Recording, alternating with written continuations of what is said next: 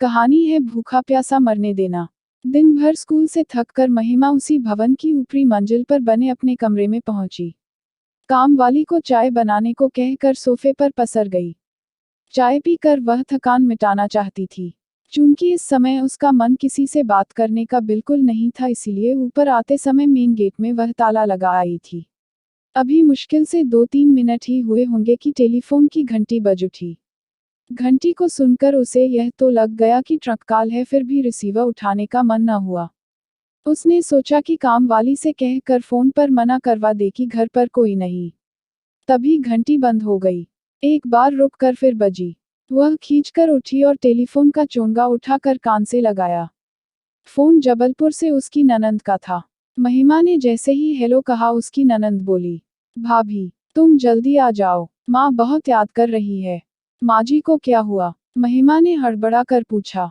लगता है अंतिम समय है, ननंद जल्दी में बोली। तुम्हें देखना चाहती है। अच्छा कहकर महिमा ने फोन रख दिया। घड़ी में देखा, 4 बज रहे थे। जबलपुर के लिए ट्रेन रात को 10 बजे थी। महिमा ने ट्रैवल एजेंट को फोन कर 2 बर्थ बुक करने को कहा। वह पहले महिमा के साथ ही रहा करती थी। महिमा के पति रमेश 3 भाइयों में दूसरे नंबर के थे। बड़े बेटे की नौकरी तबादले वाली थी। तीसरा बेटा बिट्टू अभी बहुत छोटा था। रमेश की भोपाल में बीएचईएल में स्थायी नौकरी थी। माँ अपने छोटे बेटे को लेकर रमेश के साथ भोपाल में ही सेटल हो गई थी। लेकिन यह साथ ज्यादा दिन न चला। 3 साल बाद ही एक सड़क दुर्घटना ने रमेश का जीवन छीन लिया। महिमा को बीएचईएल से कुछ पैसा जरूर मिला, पर अनुकंपा नियुक्ति नहीं मिली। सास ने परिस्थिति को भापा और बिट्टू को लेकर बड़े बेटे के पास चली गई। महिमा ने पति के मिले पैसे से एक मकान खरीदा। कुछ लोन लेकर दूसरी मंजिल बनवाई। खुद ऊपर रहने लगी और नीचे एक स्कूल शुरू कर दिया। पति की मौत के बाद महिमा की सारी दुनिया अपनी बेटी और स्कूल में सिमट गई। पहले तो सास से महिमा की थोड़ी बहुत बात हो जाया करती थी, पर धीरे धीरे काम की व्यस्तता से यह अंतर बढ़ने लगा। महिमा की ससुराल मानो छूट गई थी। जेठ और देवर ने फोन पर हालचाल पूछने के अलावा और कोई सुध नहीं ली। मकान, जमीन जायदाद या दूसरी पारिवारिक संपत्तियों में हिस्सेदारी तो दूर, किसी ने यह तक नहीं पूछा कि कैसे गुजारा कर रही है या स्कूल कैसा चल रहा है। इस उपेक्षा के बाद भी महिमा को कहीं ना कहीं अपनों से एक स्नेह स्पर्श की उम्मीद होती। सहानुभूति और विश्वास से भरे 2 शब्दों की चाहत होती। अपने काम और उपलब्धियों पर शाबाशी की अपेक्षा तो हर व्यक्ति करता है, किंतु महिमा की जिंदगी में यह सब कुछ नहीं था। उसे खुद रोना था और खुद चुप हो जाना था। महिमा ने अपनी छोटी सी दुनिया बहुत मेहनत से बनाई थी। एक दिन भी इससे बाहर रहना उसके लिए मुश्किल था। उसने कई बार बाहर जाकर घूमने का मन बनाया, पर न जा सकी। आज जाना जरूरी था क्योंकि सास की हालत चिंताजनक थी और उन्होंने उसे मिलने के लिए बुलाया भी था। ट्रेन ने सुबह 6 बजे जबलपुर उतारा। वह बेटी को लेकर प्लेटफॉर्म पर बने लेडीज वेटिंग रूम में गई। वहीं तैयार हुई, बेटी को भी तैयार किया और जेठजी के घर फोन मिलाया। फोन जेठानी ने उठाया। बातचीत में ही जेठानी ने अस्पताल का नाम पता बताते हुए कहा, हम सब भी घर से रवाना हो रहे हैं। महिमा को जेठानी के मन की बात समझते देर न लगी, इसलिए वह स्टेशन के बाहर से ऑटो पकड़कर सीधे अस्पताल पहुंची। उस समय डॉक्टर राउंड पर थे, अतः कुछ देर उसे बाहर ही रुकना पड़ा। डॉक्टर के जाने के बाद महिमा भीतर पहुंची। सास को ड्रिप लगी थी। ऑक्सीजन की नली से श्वास चल रही थी। गले के कैंसर ने भोजन पानी की नली को रोककर रख दिया था। उनकी जबान भी उलट गई थी। वह केवल देख सकती थी और इशारे से ही बातें कर रही थी। पिछले 4 दिन से यही हालत थी। लगता था अब गई तब गई। महिमा ने पास जाकर उनका हाथ छुआ। पसीने और चिपचिपाहट से उसे अजीब सा लगा। उसकी नज़र बालों पर गई तो लगा महीनों से कंघी ही नहीं हुई है। होती भी कैसे? वह पिछले 6 माह से बिस्तर पर जो थी। महिमा ने आवाज दी। उन्होंने आंखें खोली तो देखकर लगा कि पहचानने की कोशिश कर रही है। मैं हूँ माजी महिमा, आपकी पोती को लेकर आई हूँ। सुनकर उन्हें संतोष हुआ, फिर हाथ उठाया और इशारे से कुछ कहा तो महिमा को लगा कि शायद पानी मांग रही है। महिमा ने पूछा, पानी चाहिए? उन्होंने हाँ में सिर हिलाया। महिमा ने पानी का गिलास उठाया ही था कि वहां मौजूद परिजनों ने उसे रोक दिया। कहा, डॉक्टर ने ऊपर से कुछ भी देने के लिए मना किया है। महिमा का हाथ रुक गया। उसने विवशता से सास की ओर देखा। सास ने महिमा की बेबसी समझ ली थी और समझती भी क्यों नहीं। पिछले 4 दिन से यही तो वह समझ रही थी। हर आगंतुक से वह पानी मांगती। आगंतुक पानी देने की कोशिश भी करता किंतु वहां मौजूद डॉक्टर और नर्स रोक देते थे। और माजी को निराश होकर अपनी आंखें मूंद लेनी पड़ती। सास की इस बेबसी पर महिमा का मन भर आया। तभी ननंद ने कहा, छोटी भाभी, आप घर जाकर कुछ आराम कर लें। रात भर का सफर करके आई हैं, थकी होगी। पहले महिमा ने भी यही सोचा था किंतु सास की हालत देखकर उसका मन जाने का न हुआ। वह बोली, नहीं ठीक हूँ। महिमा वहीं रुक गई। वह स्टूल खींचकर माजी के पैरों के पास बैठ गई। मन हुआ कि उनके पैर दबाए। महिमा ने जैसे ही कंबल हटाए दुर्गंध उसकी नाक को छू गई। उसने थोड़ा और कंबल सरकाकर देखा तो बिस्तर में काफी गंदगी थी। माजी के प्रति यह उसका दूसरा अनुभव था। इससे पहले महिमा हाथ में चिपचिपाहट और बालों में बेतरतीब लटे देख चुकी थी। महिमा को अब समझने में कोई कठिनाई नहीं हुई कि सास का बचना मुश्किल है। तमाम रिश्तेदार भी इस हकीकत को जान गए थे। इसीलिए सारे लोग खबर लगते ही पहुंच चुके थे। गले के कैंसर में ऑपरेशन जोखिम से भरा होता है। उसमें भी यदि श्वास नली को जकड़ लेने वाला ट्यूमर हो तो जोखिम 100% तक हो जाता है। महिमा का मन माजी के प्रति करुणा से भर गया। उसे ग्लानि इस बात की थी कि यदि माजी को मरना है तो क्यों उनकी इच्छाओं को मारकर और उन्हें गंदगी में पटक कर मौत की प्रतीक्षा की जा रही है।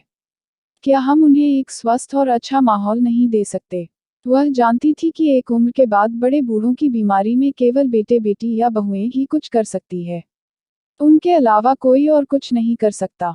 नौकरों के काम तो केवल औपचारिक होते हैं। यहाँ स्वजनों के पास समय नहीं था। यदि था भी तो इच्छाशक्ति का अभाव और अहंकार आड़े आता था। लोग आते, हालचाल पूछते, डॉक्टरों और नर्सों से बात करते, बैठकर अपनी दिनचर्या की व्यस्तता गिनाते और चले जाते। महिमा का मन हुआ कि फौरन डिटॉल के पानी से माजी को नहला दे। पर कमरे में जेठ, ननंदोई और दूसरे पुरुषों की मौजूदगी देखकर वह चुप रह गई।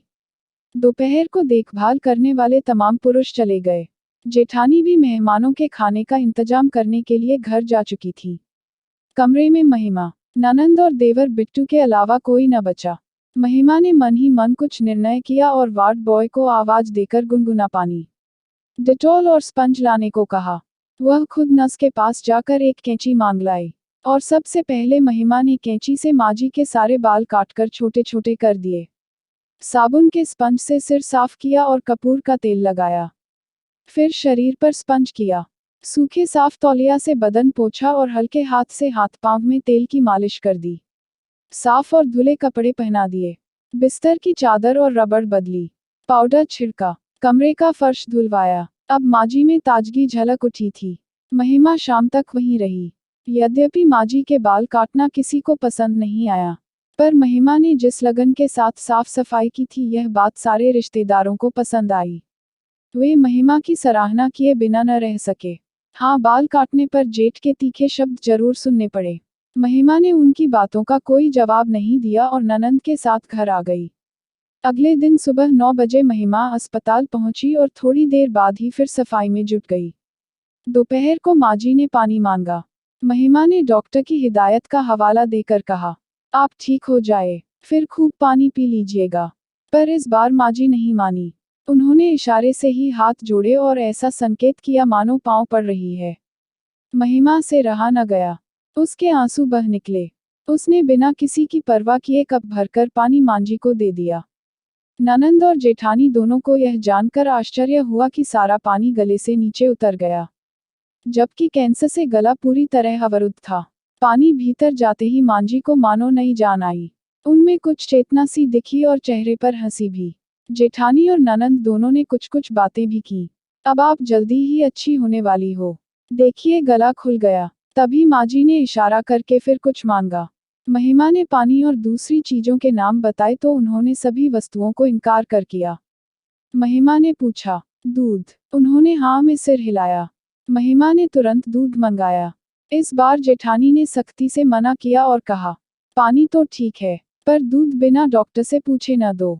पर महिमा को जाने कौन सा जनून सवार था कि उसने बिना किसी की परवाह किए माजी को उसी कप में दूध भी दे दिया। दूध भी गले से नीचे चला गया। माजी के चेहरे पर एक अजीब संतोष उभरा। उन्होंने इशारे से बेटे बेटियों को बुलाया। बाकी तो वहां थे, जेठ और बिट्टू नहीं थे। उन्हें भी टेलीफोन करके घर से बुला लिया गया। माजी ने पहले जेठ का हाथ ननंद के सिर पर रखवाया, फिर महिमा को बुलाया और फिर बिट्टू को।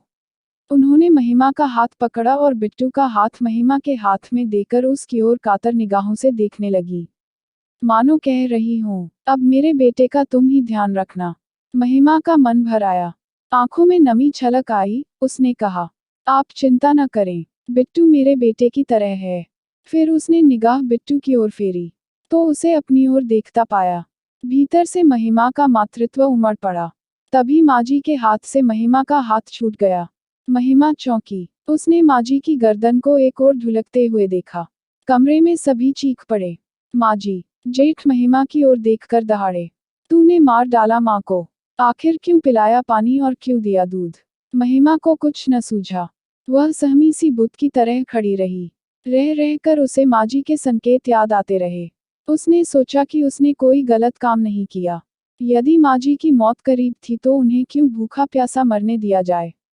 लोग तो घर से बाहर किसी को भूखा प्यासा नहीं जाने देते। तब जिंदगी के इस महाप्रयाण पर वह कैसे माजी को भूखा प्यासा जाने देती?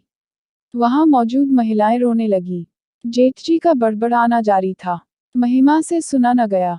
वह बाहर की ओर चल दी। अभी वह दरवाजे के करीब ही आई थी कि उसके दोनों हाथों को किसी ने छुआ। उसने देखा कि उसके दाएं हाथ की उंगली देवर बिट्टू ने और बाएं हाथ की उंगली बेटी निशा ने पकड़ रखी थी। अगर आपको कहानी पसंद आए तो लाइक और शेयर कीजिए और चैनल को सब्सक्राइब करना मत भूलिए।